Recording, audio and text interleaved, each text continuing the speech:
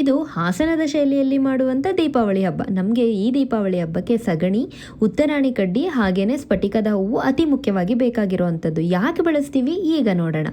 ಸಗಣಿ ನಮ್ಗೊತ್ತು ಪವಿತ್ರತೆ ಮತ್ತು ಶುದ್ಧೀಕರಣದ ಸಂಕೇತ ಆಗಿರೋದ್ರಿಂದ ಇದನ್ನು ಬಾಗಿಲಿಗೆ, ಅಂಗಣಕ್ಕೆ ಬಳಸಿ ಪೂಜೆಯನ್ನು ಮಾಡೋದ್ರಿಂದ ನಕಾರಾತ್ಮಕ ಶಕ್ತಿಗಳು ದೂರ ಆಗುತ್ತದೆ. ಹಾಗೆ ಲಕ್ಷ್ಮೀ ದೇವಿ ಮನೆಯಲ್ಲಿ ನೆಲೆಸ್ತಾಳೆ ಅನ್ನೋ ನಂಬಿಕೆ. ಎರಡನೆಯದು ಸ್ಫಟಿಕದ ಹೂವು. ಸ್ಫಟಿಕ ಅಂತ ಅಂದರೆ ಗೊತ್ತೇ ಇದೆ, ಪಾರದರ್ಶಕತೆ. ಹಾಗಾಗಿ ಸ್ಫಟಿಕದ ಹೂಗಳನ್ನು ಬಳಸಿ ಲಕ್ಷ್ಮಿಯನ್ನು ಆರಾಧನೆ ಮಾಡೋದ್ರಿಂದ ನಮಗೆ ಮನಸ್ಸಿಗೆ ನೆಮ್ಮದಿ ಸಿಗೋದ್ರ ಜೊತೆಗೆ ಆಧ್ಯಾತ್ಮಿಕವಾಗಿ ಬೆಳಕಿನತ್ತ ನಾವು ಸಾಕ್ತೀವಿ. ಯಾಕಂತ ಅಂದರೆ ಲಕ್ಷ್ಮೀ ದೇವಿಗೆ ಸ್ಫಟಿಕದ ಹೂವು ಅತಿ ಪ್ರಿಯ. ಹಾಗಾಗಿ ಸ್ಫಟಿಕದ ಹೂಗಳನ್ನು ನಾವು ಹಬ್ಬಕ್ಕೆ ಬಳಸೋದ್ರಿಂದ ಲಕ್ಷ್ಮೀ ದೇವಿಯ ಕೃಪೆಗೆ ಪಾತ್ರರಾಗ್ತೀವಿ ಅನ್ನೋ ನಂಬಿಕೆ ಇದೆ. ಇನ್ನು ಉತ್ತರಾಣಿ ಕಡ್ಡಿ, ವಿಷ್ಣು ಮತ್ತು ಲಕ್ಷ್ಮೀ ದೇವಿಗೆ ಅತಿ ಪ್ರಿಯವಾದಂಥ ಈ ಗಿಡದಲ್ಲಿ ಆಯುರ್ವೇದಿಕ ಗುಣಗಳು ತುಂಬಾನೇ ಕೂಡಿದೆ.